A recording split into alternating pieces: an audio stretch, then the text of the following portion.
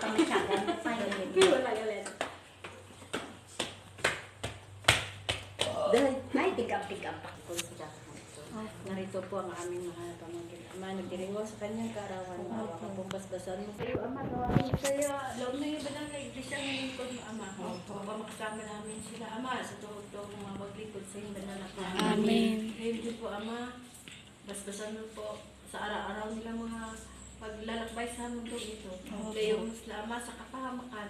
Upang hindi ito mag-iingat lang sa matuloy na may pilipod sa iyong banal na pangalan. Amen. Kaya po ang magsasama sa kanya sa araw-araw, Ama. Lagi niyo po siyang ingat. Ay, kasama ng kanyang buong sambahayan, Ama.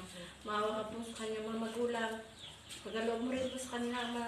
Diba, malusog na po ang mga tawad upang maitaguyod nila ang kanilang mga anak. Maya ibigay nila ang magandang kinabukasan. Amen. Narito po ang mga pagkain handa ng kanilang lula, Ama. Basta mo po ito at pagpalain. Makapagbigay lusog sa aming katawan. Amen. Pangalan ni Jesus, takila namin tayo pagligtas. Amen. Happy birthday to you. Happy birthday.